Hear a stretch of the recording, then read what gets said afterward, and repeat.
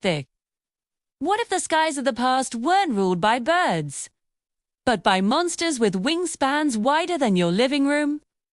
What if the creatures soaring overhead were so massive they made a giraffe look small?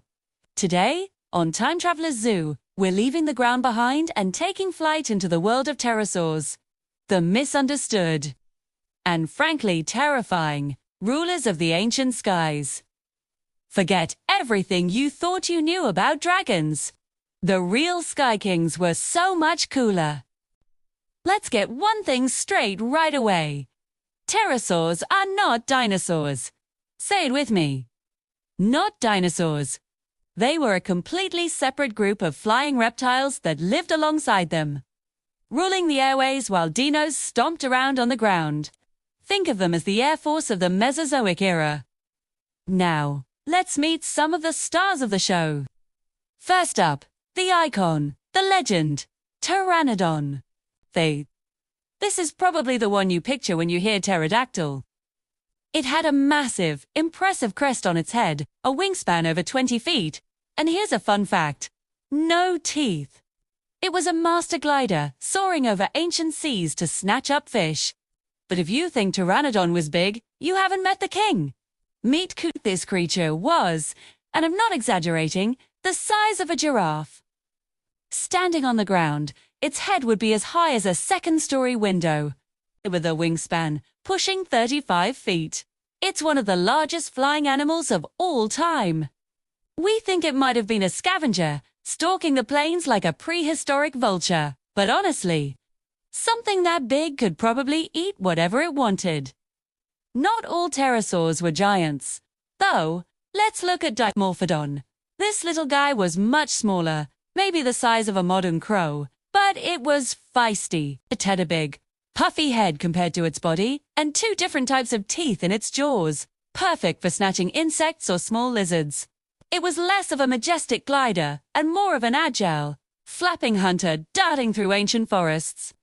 To put it into perspective, a pteranodon was like a sleek, long-distance jet, while a Quetzalcoatlus was a C-130 cargo plane of the skies.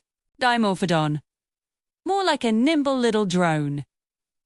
But how on earth did these bizarre creatures actually fly? The secret to pterosaur flight lies in their unique anatomy. It's a masterclass in evolutionary engineering.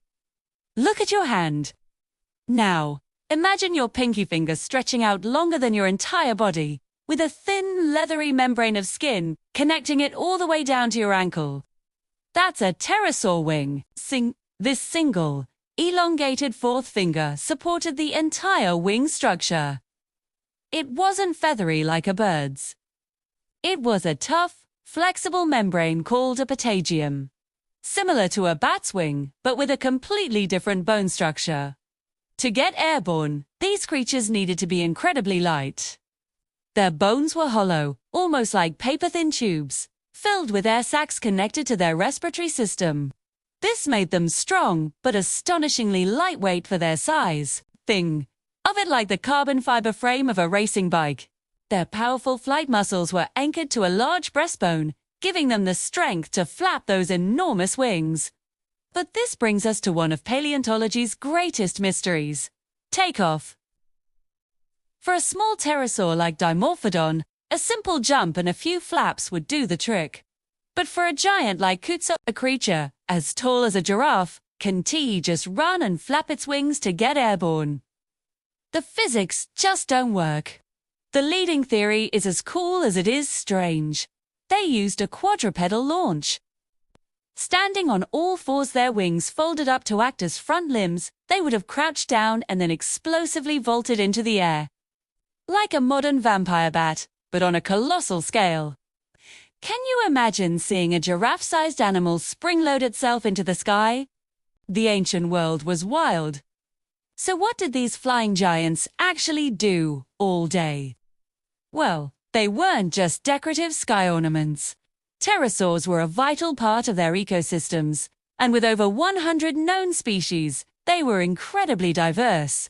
They filled almost every aerial niche you can imagine. You had the coastal fishes, like Pteranodon, skimming the surface of the teethless sea. using their long, toothless beaks to pluck fish from the water like giant prehistoric pelicans. Further inland, you had smaller insect-eating species flitting through the forests, acting like the swallows and swifts of their day. Then there were the apex predators. Creatures like Quetzalcoatlus weren't just scavenging leftovers. Evidence suggests they may have actively hunted on the ground, stalking small dinosaurs and other terrestrial prey, snatching them up in their massive spear-like beaks. They were the terror of the plains, both from the air and on the ground. Diverse. This incredible diversity meant they were in constant competition. They competed with each other, with early bird-like dinosaurs for food and nesting sites, and even with marine reptiles for coastal resources. They were a cornerstone of the Mesozoic food web. From creatures the size of a sparrow to behemoths the size of a small aeroplane, the pterosaurs truly dominated the prehistoric skies for over 150 million years. They were an evolutionary success story, right up until the day the sky fell. So where did they all go? Pterosaurs, for all their majesty and diversity, suffered the same fate as their Nanavian dinosaur cousins. They were completely wiped out by the KPG extinction event, the cataclysm caused by a giant asteroid impact 66 million years ago. The world changed in an instant, and the specialized lifestyles of these sky kings couldn't adapt. The dust-choked skies and collapsing food webs left no room for giraffe-sized flyers or specialized fish eaters. And unlike the dinosaurs, which left behind birds as their direct descendants, the pterosaurs left nothing. Their entire lineage was extinguished. They are a completely closed chapter in the Book of Life. Part of the reason they seem so mysterious is that their fossils are incredibly rare. It's true. Those lightweight, hollow bones that were so perfect for flight are a nightmare for fossilization. They were delicate and easily crushed, meaning we have a much patchier fossil record for them compared to a heavily built T-Rex. Each new pterosaur fossil is a precious window into this lost world of flying giants. They may be gone, but they are certainly not forgotten. The Sky Kings of deep time continue to capture our imagination, reminding us that for a vast stretch of Earth's history, the rulers of the sky were not birds, but something far older, bigger, and stranger. Now I have a question for you all. If you could saddle up a pterosaur and ride it into battle, which species would you choose? The gigantic, intimidating Quetzalcoatlus, the sleek and fast Pteranodon, or the nimble little Dimorphodon? Let me know your choice in the comments below. Thank you for joining us on this journey into the ancient skies. If you enjoyed this deep dive, make sure to hit that like button, subscribe to Time Traveler Zoo, and ring the notification bell so you don't miss our next adventure. And trust me, you won't want to miss it. Next time, we're heading underwater to meet the apex predator that made T-Rex look like a snack. See you then!